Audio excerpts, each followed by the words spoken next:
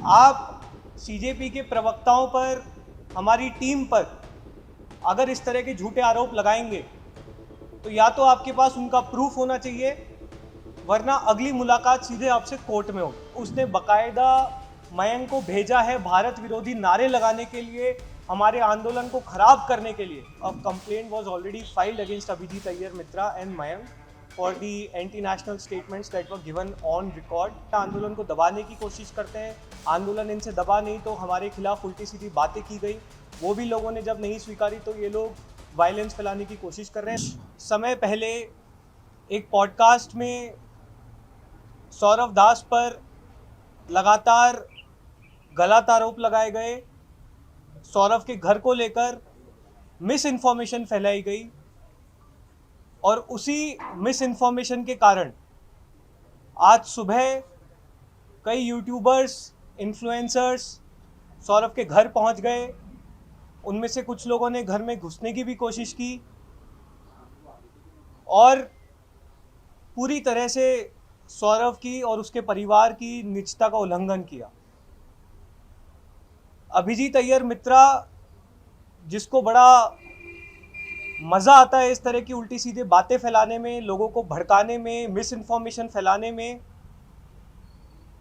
उसको हम ये बता देना चाहते हैं कि ये चीज़ें एक हद तक ही टॉलरेट की जाएंगी।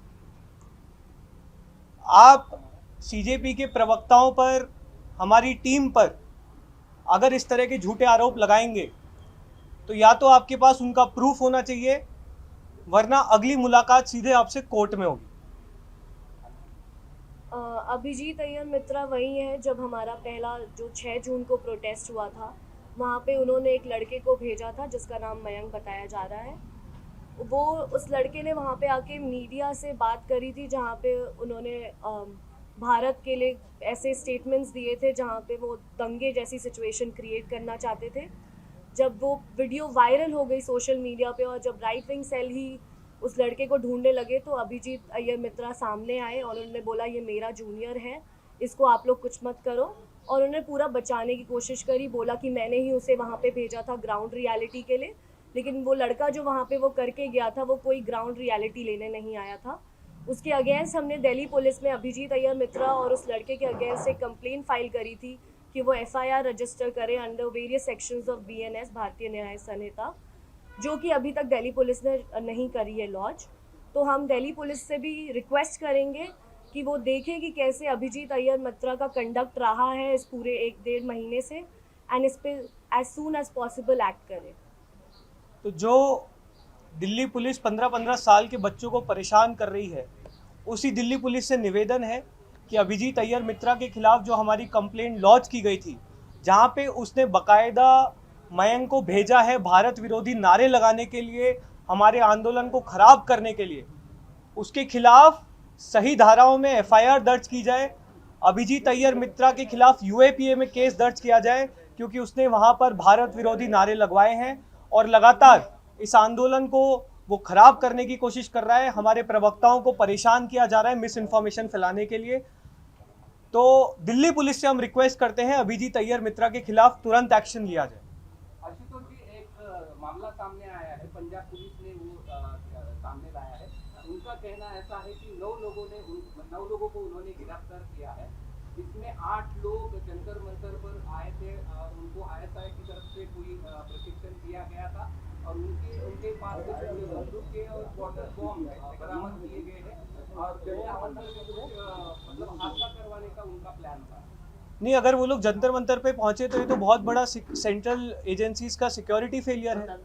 अगर आप देश के इतने सेंटर में जहां पर एक बहुत पीसफुल प्रोटेस्ट हो रहा है, वहां पे इस तरह के लोग अगर पहुंच गए तो ये तो बहुत बड़ा इंटेलिजेंस फेलियर है। इस मामले में तो गृह मंत्री को आकर सफाई देनी चाहिए, तमाम सिक्योरिटी एजेंसीज को आकर सफाई देनी चाहिए।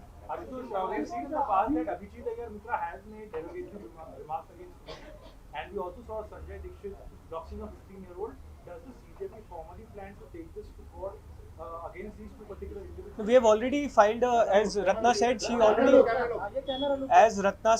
a complaint was already filed against Abhijit Aiyar Mitra and Mayank for the anti-national statements that were given on record. Mayank was sent by Abhijit to incite hatred and incite violence on the protest side. We have already submitted a written complaint, and as far as Sanjay Dixit is concerned, we are exploring our legal options. Strict legal actions will be taken if this continues, especially by Abhijit Mitra. Was there any family members present during the incident? Yes, there were members present inside the house when today's event happened. Because earlier it was CCTV members and now directly it was coming towards house, towards the family members. How you look into this entire scenario? Is it a plan to attack the CCTV and weaken the CCTV? नहीं, हम इन लोगों से डरने वाले नहीं हैं। ये इनकी एक बहुत क्लासिक प्लेबुक है, जहाँ पर ये पहले आपको कुचलने की कोशिश करते हैं, आंदोलन को दबाने की कोशिश करते हैं। आंदोलन इनसे दबा नहीं तो हमारे खिलाफ उल्टी सीधी बातें की गई, वो भी लोगों ने जब नहीं स्वीकारी तो ये लोग वायलेंस फैलाने की कोशिश कर रहे हैं। लगातार प्रोटेस्ट साइट पे भी आप लोगों ने देखा होगा किस तरह से हमारे कार्यकर्ताओं के सर फोड़े गए, दीपके पर जयपुर में हमला किया गया, उस पर दिल्ली में इंक फेंकी गई, और अब इस तरह की घटनाएं हो रही है जहां पर हमारे सीनियर लीडर सौरभ के घर पर लोग भेजे गए हैं, उन्हें परेशान किया जा रहा है, उनके खिलाफ एक पूरा कैंपेन चलाया जा रहा है, नफरत फैलाई जा रही है। ये बहुत क्लासिक प्लेबुक है, लेकिन हम सिर्फ इतना ही कहना चाहेंगे कि अब तो सुधर जाओ, अब तो देश ने भी तुम्हारी असलियत देख ली है, सही मुद्दों पर काम करो, जनता से बात करो।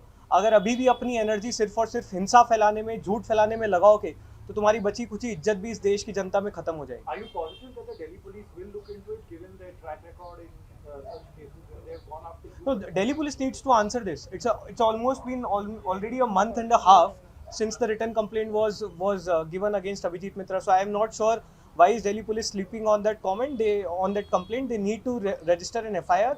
This is a very serious issue. Anti-national statements were raised by someone who was sent by Abhijit. Has Saurabh left for Delhi? No, he's very much here. He's very much here. He's, of course, as you can imagine, he's disturbed by what happened today morning. He's really concerned about the security of his family, and so are we. But we want to make this clear, हम इनसे डरने वाले नहीं हैं। इस तरह की हरकतों से आप इस देश की जनता में गुस्सा और बढ़ा रहे हैं, और देश की जनता अगर एक बार गुस्से में आ गई तो फिर आपकी सरकार की बची कुछ इज्जत भी खत्म हो जाएगी। इसमें पश्चिम बंगाल में भी एक आदमी को अरेस्ट किया गया है, और पश्चिम बंगाल पुलिस ने कहा है कि उसको जंतर मंतर में जाकर पुलिस का ड्रेस पहनकर कैसा घूमा जाए, इसका भी उसको प्रशिक्षण दिया गया था। मतलब जैसे पंजाब पुलिस ने भी कार्रवाई की थी, वैसे पश्चिम बंगाल पुलिस ने भी कार्रवाई की है। क्या लगता है, ये सब साजिश है या नहीं, बिल्कुल। अगर इस तरह की चीज़ें जंतर मंतर पर हुई हैं तो ये बहुत बड़ा सिक्योरिटी फेलियर है। अगर सेंट्रल दिल्ली में इतनी पीसफुल प्रोटेस्ट चल रही है, वहाँ पे इस तरह के एलिमेंट्स पहुँच गए हैं, तो आप ये सोचिए कि देश की नेशनल सिक्योरिटी के लिए कितना बड़ा खतरा हो सकता है। तो बिल्कुल से इस मामले में होम मिनिस्टर को, प्राइम मिनिस्टर को आकर सफाई देनी चाहिए कि इस तरह की कौन से एलिमेंट्स थे जो जंतर मंतर तक पहुँचे, और सरकार ने उनके खिलाफ फिर आगे क्या कार्रवाई की है। प्रभातखबर.com, विश्वास वही, रफ्तार नहीं।